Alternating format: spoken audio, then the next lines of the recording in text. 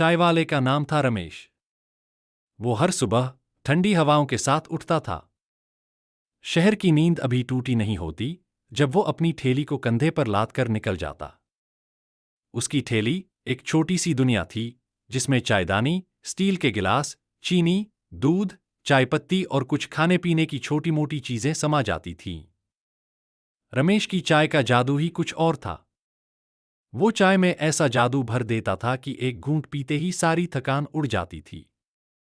उसके हाथों से निकली चाय सिर्फ एक पेय नहीं थी, बल्कि एक भावना थी।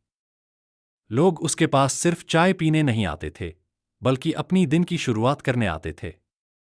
एक दिन एक नया आदमी शहर आया। वो एक बड़े ऑफिस में काम करने वाला था। पहली सुबह थकान और नए शहर की अनजानता से घिरा वो सड़क किनारे रुक गया। रमेश की ठेली ने उसकी नजर पकड़ी। उसने एक कप चाय मंगाई। पहला घूंट लेते ही उसकी आंखें चौड़ी हो गईं। चाय का स्वाद, उसका तापमान, सब कुछ इतना परफेक्ट था कि उसे लगा जैसे वो किसी और दुनिया में पहुंच गया हो। दिन भर की थकान उस एक कप चाय ने उड़ा दी थी। इसके बाद वो रोज रमेश की चाय पीने आने लगा। धीरे धीरे उनके बीच एक दोस्ती बन गई।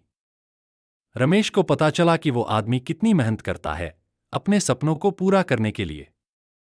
वो आदमी भी रमेश की कहानी जानता था, उसके संघर्षों के बारे में। एक दिन वो आदमी रमेश के पास आया और बोला, रमेश, आपकी चाय ने मेरी जिंदगी बदल दी है। मैं चाहता हूं कि आपकी इस छोटी सी दुकान से एक बड़ा सा चाय का कारोबार बने। रमेश हैरान रह गया। वो कभी नहीं सोच सकता था कि उसकी छोटी सी दुकान एक बड़े कारोबार में बदल सकती है।